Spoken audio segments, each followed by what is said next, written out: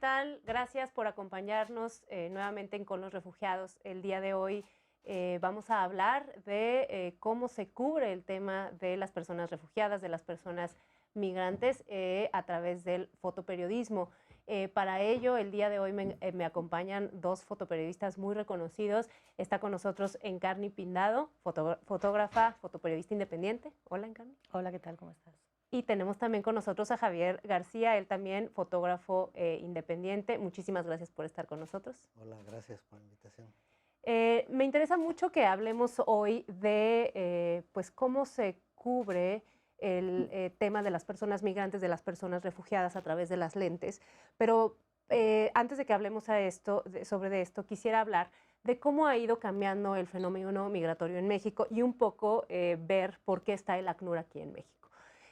Si nosotros vemos, el ACNUR no llega a México recientemente, llegó desde la década de los 80, cuando hubo un conflicto justamente en Guatemala que generó pues bastantes personas que fueron desplazadas por pues justamente ese conflicto, que pues cruzaron la frontera, estuvieron en Chiapas, y ahí fue donde pues, el ACNUR se mantiene y la Comar se funda, ¿no? Y empieza como toda este marco institucional mexicano para poder proteger a las personas que venían huyendo. El ACNUR se queda, ¿no? Ya después que pues baja un poco el conflicto guatemalteco, y se queda justamente para pues dar respuesta a las personas que después pudieran venir huyendo. Pero la verdad es que disminuyó demasiado las personas que venían pues por estas situaciones llegando a México. Lo que aflora es el tránsito, ¿no? El tránsito migratorio que todos conocemos, principalmente los países centroamericanos hacia Estados Unidos. Y entonces durante muchísimos años vimos a un perfil, tal vez de migrante, cuya motivación principal, no quiero decir que sea la única, pero era la económica, como mucho tiempo fue la del mexicano, ¿no? Yendo hacia Estados Unidos, el tránsito era México. Pero a partir de esta década, mediados de esta década, nos vamos dando cuenta que además de la cuestión económica fundamental que motiva, ¿no?, justo a los centroamericanos a transitar por México, hay otras causas. Y hay otras causas de salida, hay otras causas de expulsión que tienen que ver nuevamente con violencia, con persecución, con que no puedo regresar a mi casa, a mi país, porque me van a matar, porque van a matar a mi familia, porque mis hijos están amenazados por las pandillas, y esto se empieza a complicar. Y entonces ya no nada más es un tema migratorio, es un tema de protección internacional. Entonces quería dar como esta introducción un poco para que también la audiencia comprenda desde qué óptica me interesa que veamos esta temática, y ahora sí voy a abrir la conversación. Encarni, tú llevas pues ya varios años tratando este tema. Quería preguntarte personalmente cómo llegas a México para cubrir justamente pues la movilidad humana, los temas de refugiados, de migración. Pues llegué la primera vez en el 2003, estuve entre México y Guatemala, y ahí empecé a ver algunas dinámicas, más tenían que ver con Guatemala que con México, con el tema de la desaparición, de la búsqueda de la desaparición de las personas que habían sido parte del conflicto armado. En el 2000 he regresado en varias ocasiones, pero en el 2011 vine con la intención de hacer un proyecto de varios meses sobre las mujeres migrantes y cómo ellas atravesaban México, las mujeres migrantes centroamericanas, cómo ellas atravesaban México para llegar a la frontera norte y cruzar hacia Estados Unidos. Desde entonces he ido y venido durante todos estos años, cubro México, Centroamérica y sur de Estados Unidos, y he visto muchos cambios en las políticas migratorias y cómo estas afectan a los migrantes en tránsito por México, y cómo estas dinámicas han cambiado la ruta migratoria y se ha hecho cada vez pues más difícil, ¿no? O sea, para los migrantes. Es interesante lo que decías antes del tema del ACNUR, ¿no? O sea, efectivamente al principio veíamos a los migrantes, yo venía documentando el tema de las mujeres y no se veían muchas mujeres, ¿no? Es a partir del 2012 que se empieza a ver más incremento de mujeres en los albergues, en la ruta migratoria. Las mujeres transitaban de una manera, no tanto en los trenes de manera independiente, sino que transitaban más por carreteras, precisamente por la dificultad del tema del tren, ¿no? Y a partir el 2014 es un parteaguas en tema de refugio, evidentemente, ¿no? Se implementa el Plan Frontera Sur, y a partir de ese momento, pues al migrante que viaja de manera independiente, que viajan en los trenes, pues se le dificulta cada vez más el viaje en los trenes, el viaje por carreteras, se ven obligados a viajar por caminos mucho más aislados, donde están mucho más vulnerables, o utilizar los servicios de traficantes de personas y polleros. Entonces, los que no tienen dinero, pues al final se quedan atrás y la única salida de alguna manera es pedir refugio. Muchas de estas personas ya iban a pedir refugio a Estados Unidos. Lo que pasa que ante la dificultad de poder pedir refugio en Estados Unidos, pues deciden hacerlo en México, ¿no? Y es un tema, perdón, porque hablas de, o sea, esto ya lleva muchos años, pero personalmente es un tema que a ti te atrajo, o por qué creías o crees que era fundamental contar estas historias. ¿Qué es lo que a ti personalmente te llamó la atención de decir yo tengo que estar al pendiente de las mujeres, de cómo está cambiando esto, de las políticas, ¿no? Etcétera? Yo creo que, bueno, o sea, el tema de la migración, pues yo soy española, ¿no? Y es un tema con el que hemos crecido, porque pues allá el tema de la migración salía en todos los telediarios, en todas las noticias, a la hora de la comida, sobre todo en el verano, veías cómo llegaban pateras a las costas del sur de España y se veían muertes de migrantes todo el tiempo, ¿no? Y rescates de migrantes, etcétera. Entonces es un tema que evidentemente pues siempre ha sido interesante y relevante, y en este momento hay más migrantes en la historia que en ningún otro momento, ¿no? O sea, hay como 70 millones de personas que son migrantes en el mundo, entonces es un tema de muchísima relevancia, pero es un tema que principalmente se ha enfocado no particularmente en el tema de las mujeres, y yo creo que ahí había un vacío, porque no es lo mismo la migración enfocada desde un hombre, desde un anciano, desde un niño, desde una mujer. O sea, las experiencias migratorias para todas las personas son diferentes. Entonces, las experiencias migratorias para las mujeres son muy difíciles porque realmente se enfrentan a los mismos problemas o muy parecidos a los que se enfrentan los hombres, más el hecho de ser mujer les pone en un espacio de vulnerabilidad mucho mayor, ¿no? Lo mismo pasa con la comunidad LGBTI. Entonces, yo pensé que era importante el darle un poco más de luz y visibilizar este tema el tema de la migración desde un enfoque de género. Javier, un poco con la misma pregunta, ¿no? Personalmente, ¿tú cómo llegas a estos temas? ¿Qué es lo que has podido ver? ¿Qué es lo que te motiva, ¿no? Para seguir justamente documentando estos temas. Pues lo mío fue un poco más fortuito, y es porque en la zona de Lechería vivía una de mis hermanas y a ella le tocaba trabajar en las bodegas de los trenes, todos los trenes que llegaban a la Ciudad de México. Ella es ingeniera en transportes y le tocaba hacer toda la recopilación de mercancía, entrada y salida. Y ella entraba a las 7, 8 de la mañana, entonces tocaba ver el tren que llegaba de Veracruz, que cruzaba toda la noche la mitad del país y llegaba. Entonces me platicaba todo lo que ocurría, todo lo que veía. Y como ya estaba trabajando en medios de comunicación en ese entonces, por el año 2002, 2003, incluso ella llegó a tomar fotos y me las envió. Y en el medio de comunicación que yo trabajaba, les dije todo lo que estaba ocurriendo, y pues primero un poco renuentes porque los migrantes en ese entonces no eran como un accidente y era totalmente invisible el tema, ¿no? No había mucha investigación sobre la situación. Centroamérica para México significaba una guerra civil que ya había pasado, que se había firmado los acuerdos de paz en el castillo de Chapultepec y no había más. Pero sí había ya una visibilización alrededor de la vía, sobre todo la gente que vivía cerca de la vía en todo el país, y que sabía que había gente, no tenía, precisamente no sabía quiénes eran, pero les decían moscas, por ejemplo en Veracruz, ¿no? Ahí va un grupo de moscas. Pero se empezaron a hacer muy visibles a partir de la privatización del tren. La migración siempre ha existido, siempre había pasado la migración centroamericana, pero se confundían dentro del pasaje. Y como el tren era muy barato para mucha gente, para campesinos, para irnos de vacaciones era una maravilla viajar en tren, pero se privatiza el tren y siempre la migración centroamericana, los que viajan de esa manera, siempre son los que tienen menos recursos, los más pobres.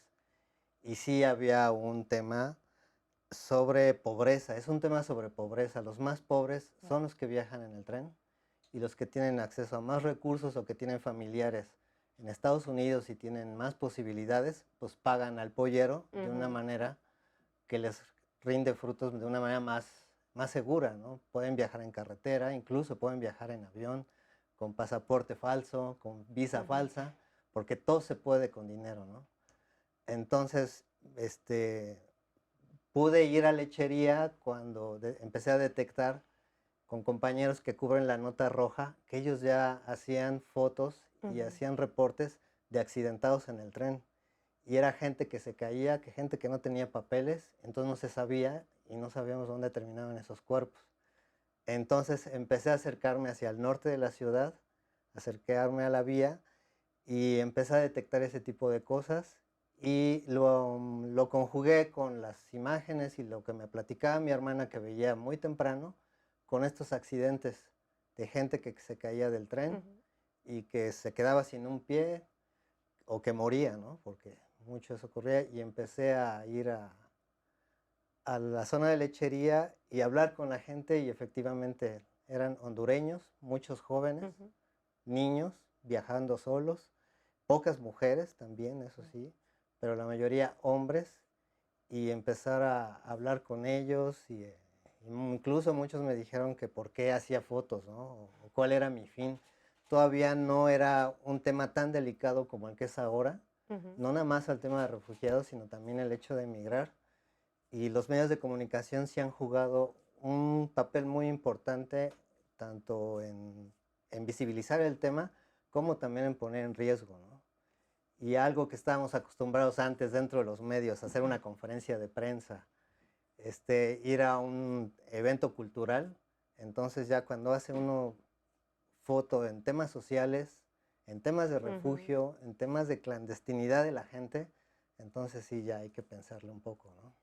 Sí, y que me llama la atención que lo menciones, porque obviamente este tema es politiza, polariza, se puede utilizar pues de diferentes maneras, ¿no? Y a lo mejor quienes no están muy involucrados, pues van a publicar justamente cualquier fotografía, algo muy dramático, algo que se pueda utilizar, ¿no? Ya sea para una causa, para la otra, pero quizás no viendo que en esa fotografía justamente hay personas que están viviendo muchas veces algún drama familiar o no, y que a lo mejor no hay que retratarlo de esa manera. Entonces también quisiera que habláramos un poco de cuál es esta responsabilidad que tendrían que estar jugando los medios de comunicación y cuál es el papel que están asumiendo. Entonces, no sé si quieran reflexionar sobre de eso, Javier. Pues lo que empecé es a leer, ¿no? Leer, pues de adolescente, pues estábamos todos y en la escuela, pues muy metidos, muy políticamente activos, y pues la guerrilla en El Salvador, en Honduras, en Guatemala, pues era un tema entre como estudiantes, ¿no? Como ideológicamente, pues pinta, ¿no? Así como pintó la Revolución Cubana una generación, en mi generación pues era muy hablar del Farabundo Martí, hablar de Sandino, hablar de todas estas personas. Entonces, cuando me tocó ir a hacer algún accidente, pues poca gente llevaba identificación. Unos compañeros de la Cruz Roja, cuando atendían a alguien accidentado, pues pedía credenciales y ella aparecía que era salvadoreño o que era hondureño, y eso a mí me remitió a leer sobre la historia, sobre la revolución que había ocurrido, los acuerdos de paz. Empecé a meterme mucho a leer qué habían ocurrido con esos acuerdos de paz, por qué la gente estaba saliendo en esas circunstancias. Se hablaba poco, empezaba un poco a manejar sobre el tema de las pandillas, ¿no? De las maras, pero era un tema de pobreza. Después vino este huracán que arrasó Centroamérica y que también fue otra oleada muy, muy fuerte. Entonces ya empezaba uno a diferenciar entre un migrante económico y un migrante político, ¿no? Y el migrante económico es el tema de la pobreza y el migrante político es el tema de la violencia, el tema de la persecución política, porque había mucho también eso. Entonces uno se pone a leer, a informarse y también a restringir uno su información, porque sí, lo que ocurre en los medios de comunicación, en el periódico en particular, a veces como sabían que yo iba a eso, a cuestiones de nota roja, y que querían ilustrar una nota roja, me decían, pues tú tienes fotos de accidentados, ¿no? O sea, pásanos una. Entonces, pues ahí uno como periodista tiene que ser muy responsable, trabajar éticamente y decir, no puedo pasar este material porque no tiene nada que ver con un accidentado o con un choque de un carro o con un accidente en la madrugada de alguien que venía de fiesta o demás, ¿no? Entonces, es informarse, es empezar a reflexionar éticamente cuál es la responsabilidad de uno ante la sociedad, porque al final de cuentas uno es los ojos, en mi caso, primero eran los ojos porque era una imagen de lo que la gente iba a ver en un periódico, ¿no? Claro. Encarni, en ese sentido también, tú que has trabajado también con diferentes medios internacionales, esta responsabilidad, ¿no?, que tenemos con este tema migratorio, ¿qué reflexión puedes hacer como rápidamente el papel que están jugando los medios y si lo están haciendo bien o si deberíamos de tener otra óptica, ¿no? Yo creo que el papel de los medios es importantísimo, sin lugar a duda, ¿no? Y estoy absolutamente de acuerdo con todo lo que cuenta Javier, ¿no? Y la importancia de tener en cuenta nuestra responsabilidad también como fotógrafos, como reporteros. Y básicamente, bueno, pues ves un poco de todo, ¿no? Los medios han ayudado, como tú decías bien, ¿no?, a visibilizar el problema de la migración, pero también han ayudado a polarizarlo muchísimo y a, de alguna manera, estigmatizarlo, incluso criminalizarlo, ¿no?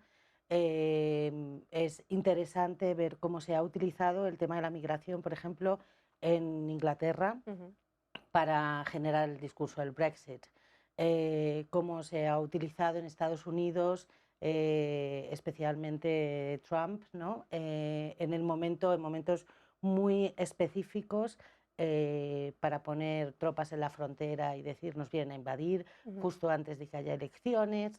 O sea, realmente la migración es un tema muy interesante y que se politiza y que nosotros tenemos que entender que somos parte de esa maquinaria, de alguna manera, que responde a muchos intereses.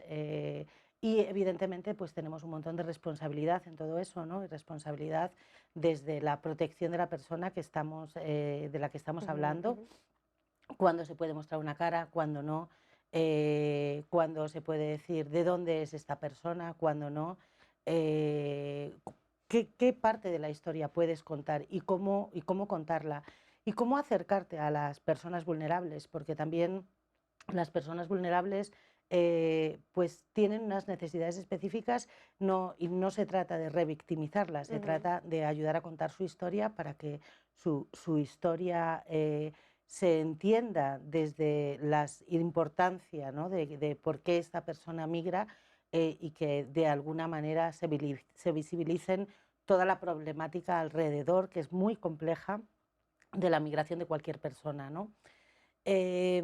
Yo creo que además ahí, aparte de las imágenes, hay una cosa muy importante con el tema de la migración, ¿no?, y son las palabras y el uso de las palabras. Por ejemplo, un estudio de inglés de una universidad, no recuerdo exactamente cuál, analizaba el tipo de palabras de adjetivos que se utilizaban cuando los medios publicaban temas de migración. Por ejemplo, con la palabra asylum seeker, ¿no?, solicitante de asilo. Solicitante de asilo, la palabra en Inglaterra que más aparece, el adjetivo que más aparecía al lado era falso. Falso refugiante de asilo. Si miramos a la palabra migrante, vamos a ver que la palabra que más se utiliza, el adjetivo que más se utiliza es ilegal, ¿no? Te voy a detener un poco ahí porque tenemos que ir a un corte, pero vamos a retomar la idea de cómo están estigmatizadas las palabras que a lo mejor a través de los medios. No se vaya, seguimos en Con los Refugiados, volvemos.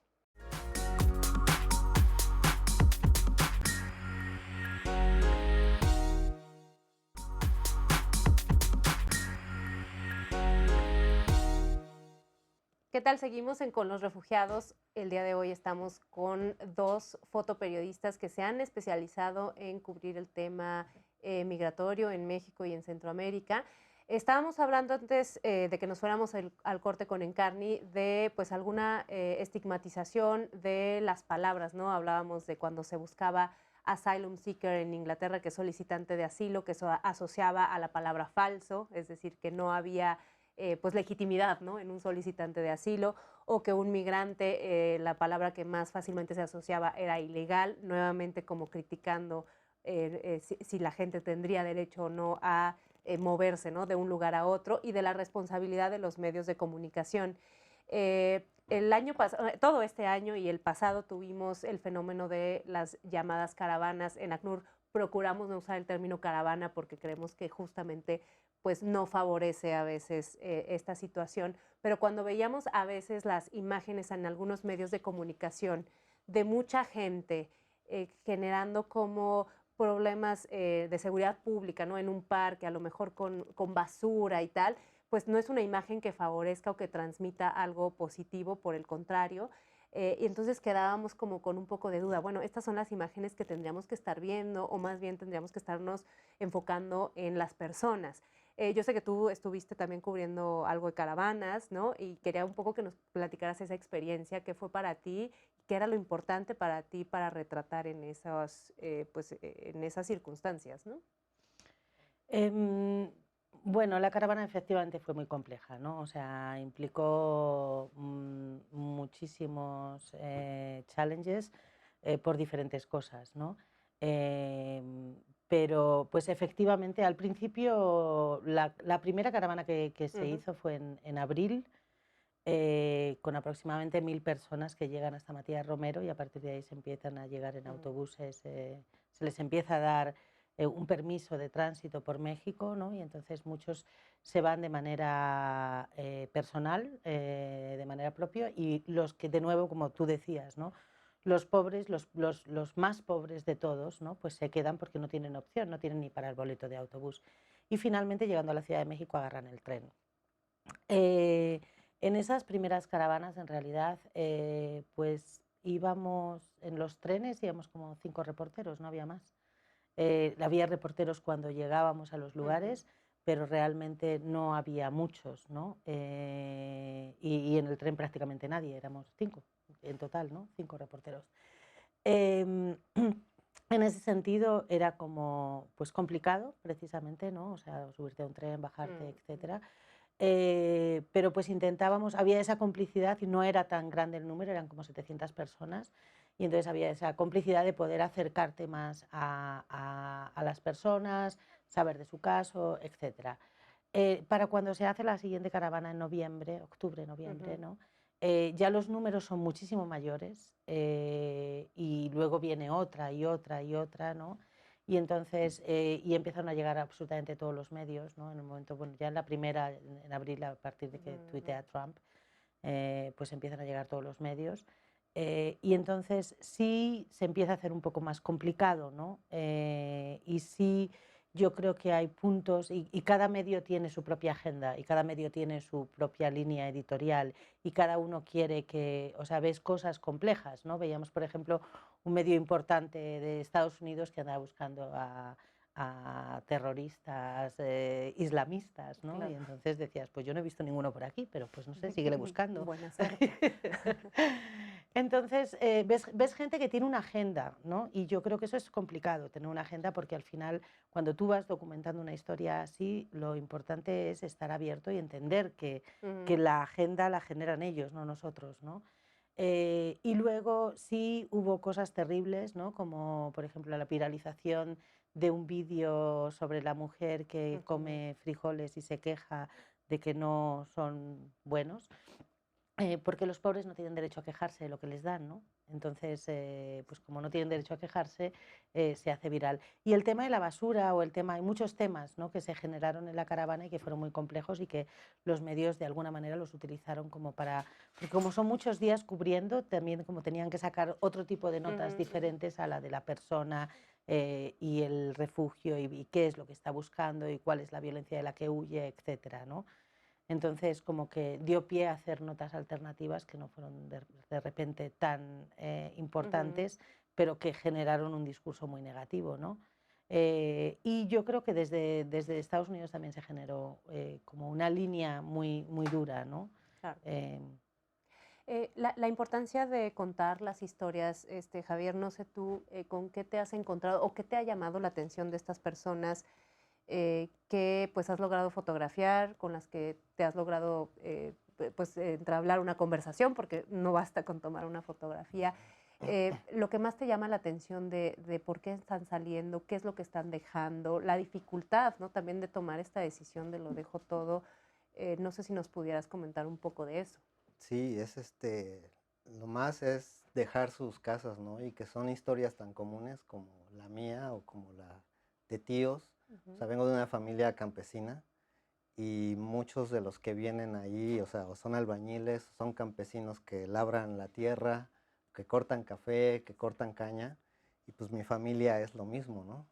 Entonces, esas historias a las que luego a los medios no les interesa, a mí lo que más me ha impactado y el deterioro, ¿no? del país, cómo ha sido de los países centroamericanos, también de México, o sea, y por eso cuando veía, también estuve en la caravana esta o el éxodo, no sé cómo a bien decirlo todavía, este, aunque para mí yo lo que vi fue una protesta política contundente, más que caravana, Sí. marcha o demás, era una protesta contundente sobre a un tema de corrupción que ha incrementadose a pesar de todos los cambios a la ley a nivel económico en todo el mundo, ¿no?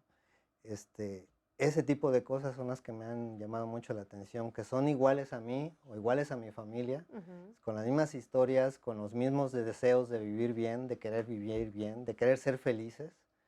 Y veía mujeres con sus 3 niños, con 3 bebés, que salían de sus países porque querían que a sus hijos no vivieran igual como a ella le ocurrió, ¿no?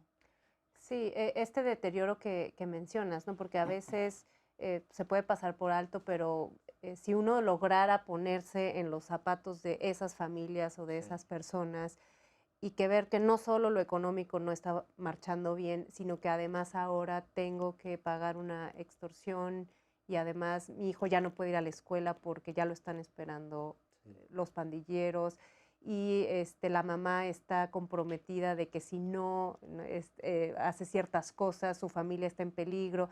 Es decir, ya esa tensión, ¿no? permanente en la que están viviendo, pues a veces se olvida, ¿no? que está ahí y que por eso también están llegando y que muchas veces eh, es difícil de transmitir, ¿no? O es difícil que la gente pueda entender o tratar de entenderlo, ¿no? Sí, de hecho mucho lo que he hecho es escuchar a la gente, porque me ha tocado encontrar pandilleros, encontrar líderes de pandillas, encontrar gente que va vendiendo droga y no son centroamericanos, son gente que vive en las comunidades aledañas a las vías.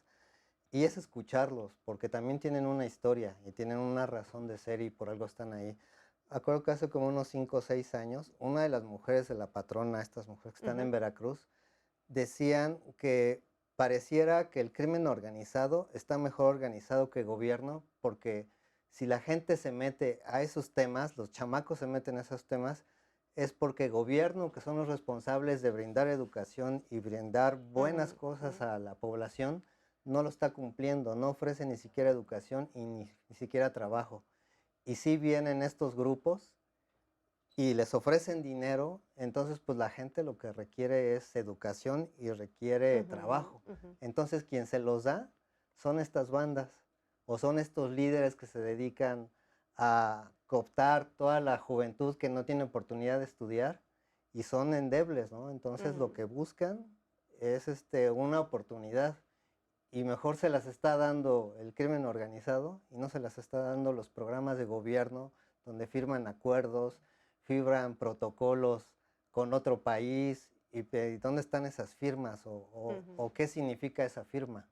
Entonces, cuando uno encuentra a estas mujeres, a estos niños que salen en estas condiciones, pues ¿dónde están los protocolos de la Organización Mundial de Comercio? ¿Dónde están los protocolos del Fondo Monetario Internacional? ¿Dónde están todos esos apoyos económicos que llegan a estos países? U otra cosa que me sorprendía mucho es que escuchaba las historias del gobierno hondureño, ¿no? De que el presidente actual es dueño de una de las farmacias más famosas en Honduras y es muy famosa porque es a donde recurren los más pobres, porque venden medicina que está a días de caducar. Mm. Entonces la medicina que les alcanza a ellos para comprar y para atenderse, porque una medicina que es recién hecha, no les alcanza para comprar medicina y atender su salud. Entonces, ese tipo de historias son los que a mí me llaman mucho la atención. Son las historias que luego enviaba y a veces como que los medios, no, es que no necesitamos eso porque la gente no va a atender, no Claro. va a leer eso, no sé, Sí, bueno, ahí hay todo un debate con totalmente. los directivos de los medios de comunicación. Encarni, tú en tus imágenes, ¿qué es lo que buscas? Digamos, si tú pudieras definir, yo a través de mis imágenes les voy a mostrar esto, ¿cómo lo podrías definir o comentar, no? Pues yo intento mostrar la realidad a la que se enfrentan las personas que documento, ¿no? Y intento mostrar y entender los porqués. O sea, por qué esta persona se ha visto, en el caso de la migración, obligada a salir de su país. ¿Por qué esta persona se ve obligada a salir en un tren? ¿Por qué? O sea, buscar los porqués, ¿no? Y entender los porqués. Y entender además que más allá de los porqués de esa persona están los porqués políticos, están los porqués, están las políticas migratorias, entonces intentar mostrar un panorama muy amplio desde diferentes aspectos, ¿no? O sea, por ejemplo, pues yo me he enfocado en el tema del género, pero lo he abordado desde diferentes aspectos, ¿no? Por ejemplo, ahora he estado en Tapachula haciendo un trabajo sobre el tema de las mujeres africanas y por qué los africanos llevan 6 meses allá varados en la frontera sur, ¿no? Y entonces intentar entender y explicar que los porqués tienen que ver con cómo se maneja el mundo y que va mucho más allá de la mujer o el señor que salen de su casa por violencia estructural, cultural o física, ¿no? Sino que hay una violencia estructural, esa es violencia estructural de la que se habla muy poco, y que la externalización de las fronteras, que es lo que sucede en este país en concreto, afecta a la vida de las personas que vienen y que se ven obligadas a transitar por México, porque no tienen otra opción, ¿no? Entonces, intento entender e intento explicar los porqués con las imágenes y con los reporteros con los que me alío para poder contar las historias que creo que son relevantes. Y mencionabas en el primer segmento la importancia de saber cuándo mostrar el rostro, cuándo no, y que esto también es muy importante para el ACNUR y que a veces no queda del todo claro, ¿no? A todos los periodistas, cuando decimos que una persona que está en México puede correr muchos riesgos si su fotografía, si su rostro se publica, ¿no? Porque el agente persecutor está muy cerca, quizás en la misma ciudad, quizás basta con tomar un autobús para encontrarlo. Entonces, ¿qué tan presente hay que tener esto y cómo podemos también llegar a más periodistas que puedan tener pues más claridad, ¿no? En dónde está la línea entre que sí y que no? Yo creo que la línea está en hablar con la persona con la que vas a fotografiar, evidentemente, ¿no? O sea, si tú estás haciendo una imagen que es muy amplia y que no se ven las caras en particular, pues puedes utilizar una imagen de las personas que están fuera de un sitio en concreto, ¿no? Cuando ya vas a hacer una imagen de alguien específico, yo creo que es muy importante hablar con esta persona, ¿no? Escuchar lo que tiene que decir, porque esta persona va a saber si realmente corre peligro o no. Eh, además de eso, saber leer y saber entender, porque muchas veces ellos pueden pensar que no corren peligro, pero luego te cuentan cosas que dices, pero igual y mejor no. ¿No? Porque, o sea, yo creo que la ética periodística tiene que estar ahí. Nosotros no podemos poner en riesgo a nadie por hacer nuestro trabajo, porque entonces nuestro trabajo no tendría ningún sentido, ¿no? Y porque además da igual, o sea, yo puedo hacer una foto igual de fuerte mostrando las manos, mostrando un rostro a medias en el que no se identifica a alguien, mostrando cualquier otro tipo de objeto que representa esa persona y no tengo por qué decir el lugar del que está saliendo, puedo decir la región, puedo explicar cierto tipo de cosas que no le pongan en peligro, pero yo creo que la clave es hablar con la gente con la que estás fotografiando, si quieres hacer un trabajo con personas vulnerables.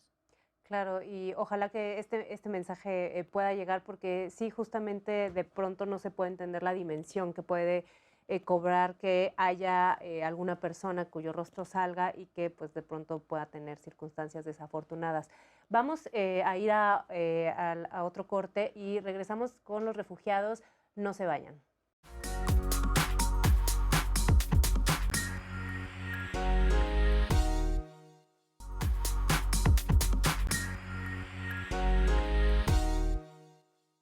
¿Qué tal? Estamos de vuelta en Con los Refugiados. El día de hoy estamos con dos fotoperiodistas, con Encarni y con Javier, quienes pues nos han contado desde su perspectiva cómo están cubriendo el tema de migración y refugiados. Y quería ver si en este último segmento nos enfocábamos en algunos de los trabajos que han realizado durante su trayectoria. Vamos a estar pasando imágenes de estos trabajos para que más o menos se vayan dando una idea de lo que están ellos haciendo. Encarni trae un trabajo sobre pues, migración y género que pues, no se limita a un segmento necesariamente en el tiempo, sino que llevas ya muchos años cubriendo diferentes facetas, imagino yo. Entonces, no sé si nos puedas ir platicando un poco estas imágenes y para que la gente vaya también entendiendo las historias que hay detrás de ellas, ¿no? Pues básicamente yo llegué hace ya unos años, ¿no? Y he estado yendo y viniendo. La primera parte del proyecto me enfoqué en México, ¿no? En el tránsito de las mujeres migrantes por México. Trabajé todo lo que es la frontera sur, luego me vine al centro del país, trabajé la frontera norte y entendí pues, las dificultades a las que las mujeres se enfocaban, ¿no? Vi muchísima violencia ejercida hacia las mujeres, como porcentajes altísimos realmente no se saben, ¿no? Pero se manejan porcentajes de 6 de cada 10 mujeres son violentadas de alguna manera en el camino, principalmente sexualmente, por parte de todos, ¿no? O sea, del crimen organizado, de bandas locales, de autoridades, incluso de compañeros, etcétera, ¿no? Entonces, pues realmente me llamó mucho la atención la brutalidad del viaje al que se enfrentaban estas mujeres, las dificultades, por ejemplo, al principio llegaban a los albergues y no había espacios asignados específicamente para mujeres, ¿no? Porque había pocas en la ruta.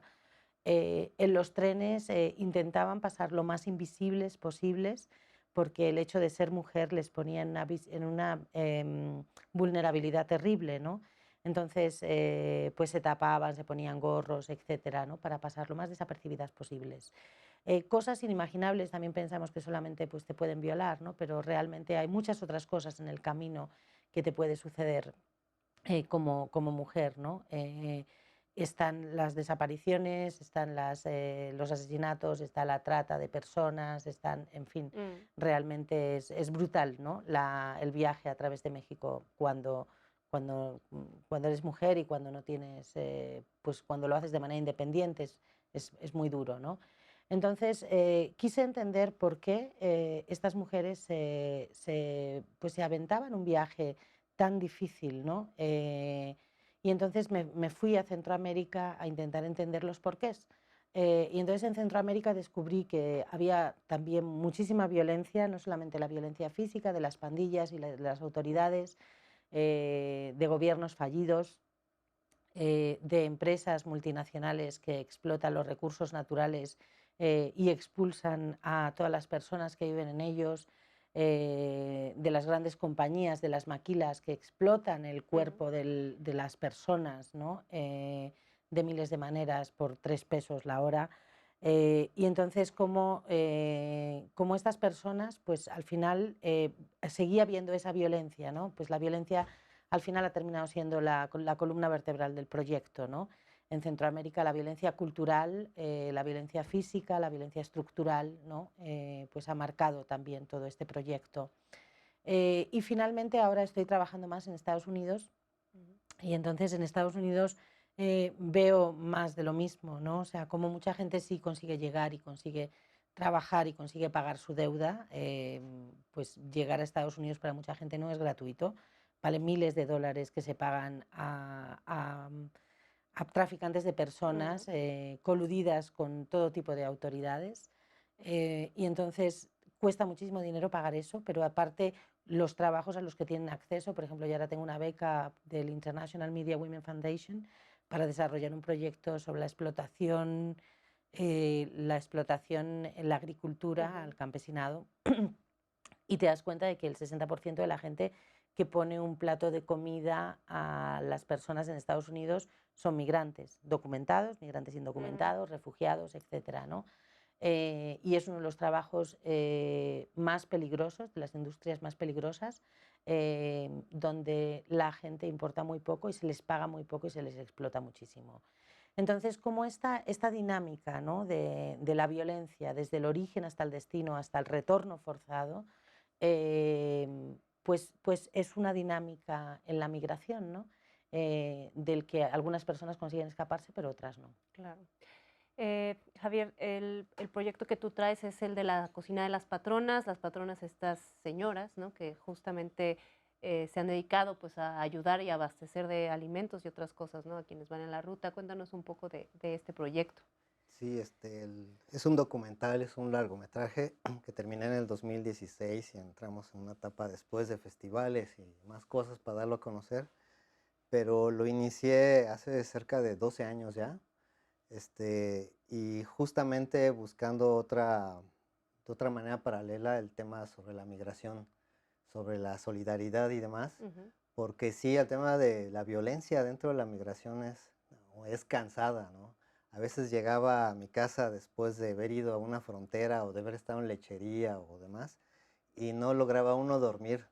Por más que uno piensa que uno va a recoger nada más una foto, a uno le pega y uno podrá decir que son historias lejanas que a mí no me van a ocurrir o a mi familia no le van a ocurrir, no es cierto, es muy cercano y era sumamente grave, ¿no? Y pues yo estaba buscando también otra historia, darle la vuelta. Ya había pasado por varias casas del migrante que existen, siempre han habido, y muchas, la mayoría son, quien lleva la rectoría pues es la iglesia. Pero ¿quién alimentaba a esas casas del inmigrante? ¿Quién lleva la comida o quién lleva la ropa? Entonces, pues me di cuenta que muchas veces son vecinos justo del lugar los que llevan y alimentan esos albergues, ¿no? Y seguí caminando, yo creí que iba a encontrar alguna historia distinta, no la encontraba, no la encontraba. Y en aquel entonces, por el año 2005-2006, también era cotidiano que cuando ibas en el tren, que te subías al tren con el migrante para conocerlo, no es ninguna hazaña tampoco subirse al tren y quiero resaltar eso, que yo ser héroe, no lo soy, o sea, era una responsabilidad de buscar información. A veces llegaba a unas comunidades donde la gente era un poco violenta y aventaba basura, o aventaba piedras al tren, o aventaban palos. Entonces todos nos protegíamos, o los migrantes me protegían. La verdad es que a mí quien siempre me protegió eran los migrantes y me han protegido. Y llevaba uno cartones y ya te cubrías con ellos para que no te golpearan, ¿no? Porque sí, llegaron a haber varios heridos. Pero una ocasión, después de recorrer Tierra Blanca, como 3 horas después, se escuchaban otra vez esos golpes de que aventaban cosas, ¿no? Y decías, otra vez piedras. Pero esa vez lo que cayeron fueron botes con agua y comida. Era el año 2005 y nadie había hablado de las patronas, no estaban en el popular, ¿no? Como es ahora, ¿no? Que ahora les han entregado premios, viajan, llevan la experiencia de ellas y de los migrantes. Entonces sí fue sorprendente, fue muy rápido el paso, pero de todos modos me alcancé a asomar y lo que más me sorprendió es que eran puras mujeres. Y después de justo ver esa violencia que dicen Carney que hay hacia las mujeres, en este contexto migratorio, ver un grupo de mujeres con niños, dices, aquí está ocurriendo algo. No, y que justo la solidaridad es súper importante y Sí. encontrarla ¿no? y vivirla, me imagino que haber sido... Para mí fue una vuelta de 180 grados de mirar la migración. Porque si dices, llevo una foto, quiero mostrar justo lo que Encarni habla de, son gente con derechos, sensibilizar a los demás, al público, sensibilizar al lector, y no se logra. Cuando veo esto, me bajo en la siguiente parada, que era Córdoba, y caminando, regresé caminando, buscando esta comunidad, caminé como 2 horas, y me encuentro este contexto en una comunidad sumamente machista, después me enteré, o sea, complejo, y fue así como un punto de felicidad, ¿no? Era como el oasis en el desierto.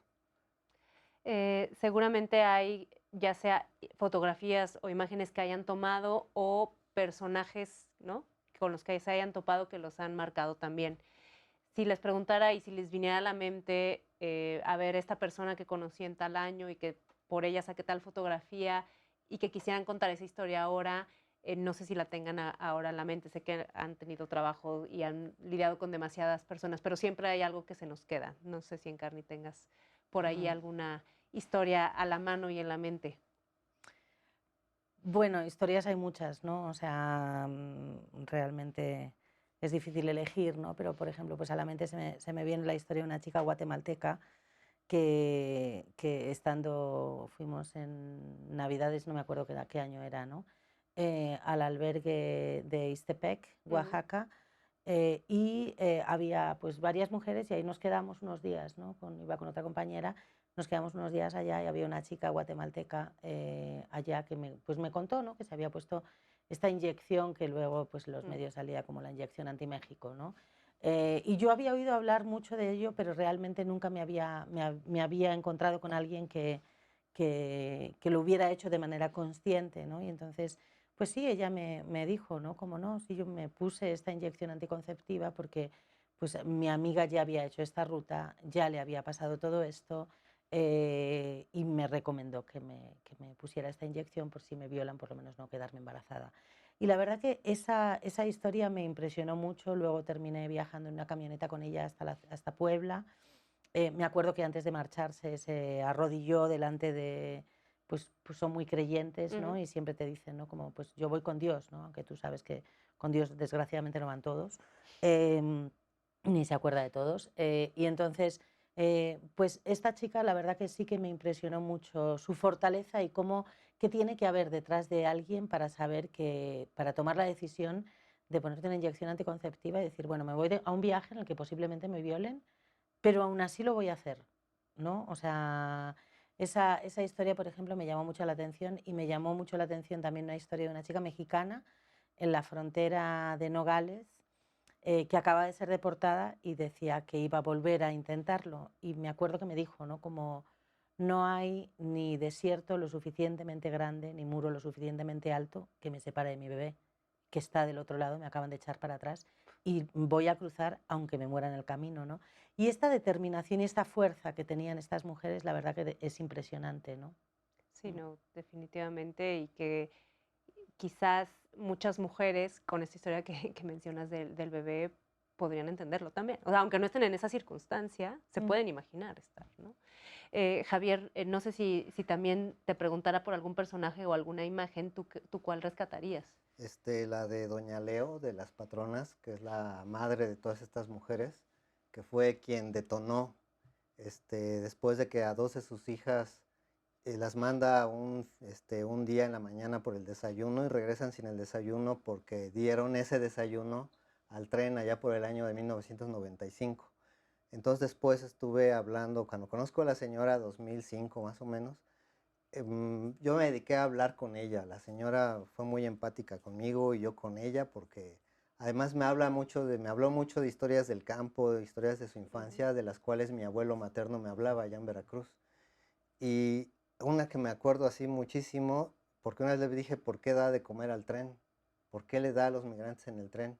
Entonces me platicaba que un día su papá, cuando ella tenía 10 años, su papá cae del caballo y se quedó como 2 meses en la cama. Y ella como hija mayor se tuvo que hacer cargo de la familia. Entonces se levantaba a las 4 de la mañana, con las vacas, iba a entregar la leche y después se iba al campo a recoger jícamas, a recoger pepinos. Y cuando escuchaba el tren como 8 de la mañana corría el tren y lo intercambiaba con los pasajeros por frijol, por arroz y por azúcar. Y ella lo daba a las jícamas y todo lo que recogía en el campo. Y dice, si a mí el tren me dio de comer cuando era niña, ¿cómo no le voy a dar de comer ahora? Y eso así, Ya te hizo total sentido. totalmente. Hay, sí, ese tipo de historias que de pronto pueden marcar. Y quería yo también pasar como a un último tema. Nos hemos dado cuenta que lamentablemente xenofobia y discriminación han salido a flote, ¿no? Digamos, el escenario migratorio se ha complicado demasiado, ¿no? En estos últimos meses, y con ello han aflorado estas expresiones xenófobas, discriminatorias, totalmente contrarias a las que decías de solidaridad justamente. ¿Cómo ven este tema y creen que a partir de las fotografías, a partir de los medios, se pueda contribuir justamente a lo contrario, ¿no? A combatir estas expresiones de xenofobia? Porque al final pensaríamos, ¿no?, que solo está en otros países ¿no?, y que no está en México, pero lo hemos visto también en México, ¿no?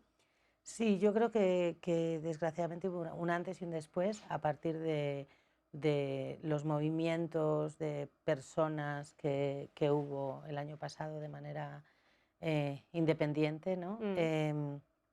Y yo creo que sí, que parte de pues, lo que hablábamos antes, ¿no? Que parte de la responsabilidad de lo que sucedió y de cómo se abordó la tienen los medios, pero también la tiene el Estado, ¿no? Y también la tienen muchas organizaciones. No creo que sea una cuestión solamente de los medios, No, claro. creo que es una cuestión muy amplia, ¿no? También es una cuestión de educación, etcétera, ¿no? Y es una cuestión de entender que mucha gente y en muchos sitios, por ejemplo, si lo miramos a Chiapas, ¿no?, que es un embudo migratorio, en el que en este momento, específicamente en la ciudad de Tapachula, hay 40.000 casos de refugio en una ciudad de 320.000 o 310.000 personas. O sea, compiten por los mismos recursos en un estado que es el más pobre de todo el país. Entonces, es muy difícil decir, bueno, no soy atendido en el hospital, claro, pero es que el 60% de los chiapanecos tampoco son atendidos en los hospitales. Sí, no, y que además es gente que no puede moverse de ahí porque su proceso está en trámite y entonces, vaya, nadie le está ayudando a la ciudad de Tapachula a eso, ¿no? O a repartir la carga o la responsabilidad. Entonces, todo el mundo está ahí, ¿no? Y claro, esas situaciones de pronto no ayudan, ¿no? Efectivamente, ¿no? Y entonces es como, o sea, y porque además, por ejemplo, yo en Tapachula me acuerdo de hablar con las personas y que me dijeran, es que nos han tomado el Parque Central, ¿no? Ahora el Parque Central es de las personas migrantes. Y dices, ¿y dónde quieres que estén? O sea, es que no hay un espacio. Es que alquilar en Tapachula una habitación vale tanto como alquilar una habitación en la Ciudad de México. Si eres un refugiado, tienen que vivir hacinados, pero hay zonas de la ciudad donde llevan 4 o 5 meses durmiendo en la calle, bañándose en los ríos, sin apoyo de nadie, ni de nada, ni de organizaciones, ni en muchos casos de ACNUR, si no piden refugio, ni del gobierno, ni de la ciudad, ni de nadie. Entonces, claro, o sea, como Matamoros, ¿no? Laredo, donde tienes a todas estas personas de la misma manera, ¿no? Sí, claro. En condiciones absolutamente paupérrimas, que necesitan ayuda y no la reciben, ¿no? Entonces, y la población que ve en Matamoros, es que ahora ya no puedo ir a nadar al centro deportivo porque tienen que alojar ahí los migrantes, pero llega el invierno y claro, no los podemos tener tirados en la calle. Pero la realidad es que no se ve todo lo que pasa en estas personas. Es que están con salpullidos porque se están bañando en el río, porque es un río tóxico. Tienen frío. Tienen frío, va a haber una epidemia de aquí a nada, si no la hay ya, porque llega el invierno. Y entonces dices, pues ¿de quién es de la responsabilidad? Porque Claro. la responsabilidad, sí, los medios tenemos la responsabilidad de contar lo que está sucediendo de una manera objetiva y veraz, ¿no? Pero hay muchos responsables por los cuales se está generando todo este racismo, ¿no? Claro, Javier, nos queda bien poquitito tiempo. Si pudieras darnos como algún comentario justo de este tema. Yo me referiría a los medios de comunicación como una situación urgente porque es lo más inmediato que puede llegar a la población sobre temas migratorios. Y es que tanto mesas de redacciones, directores, incluso dueños de comunicación se hagan responsables y apoyen a los reporteros dándoles capacitación en derechos humanos. Y que no se exija una foto a fuerza de un rostro de una persona si no es posible. O sea, hay cosas, entonces muchos fotógrafos luego van y se aferran a tomar una fotografía y hay un pleito con, por ejemplo, con autoridades de una casa de refugio en donde no les permiten tomar fotos y dicen, pero es que mi trabajo, no intervengas. Claro. Pero ¿por qué si no llevan la foto se sufren represalias dentro del medio, se suben suspensiones? Y eso no es informar, eso no es periodismo. Entonces creo que hay que ser tanto nosotros que estamos en campo, hacernos responsables, pero también los directores y los editores, jefes de redacción que se hagan responsables, porque esto es información hacia la comunidad y mucha de la xenofobia se genera también por la información que hay en medios de comunicación, en televisión, etcétera, una serie de cosas, ¿no? Pues te vamos a tomar la palabra por ahí para justamente acercarnos a medios y dar algunas capacitaciones en lo que podamos también colaborar. Se nos agotó el tiempo. Muchísimas gracias por acompañarnos en Carne y Javier. A ustedes, muchas gracias por estar con nosotros en una misión más de Con los Refugiados. Nos vemos la próxima semana.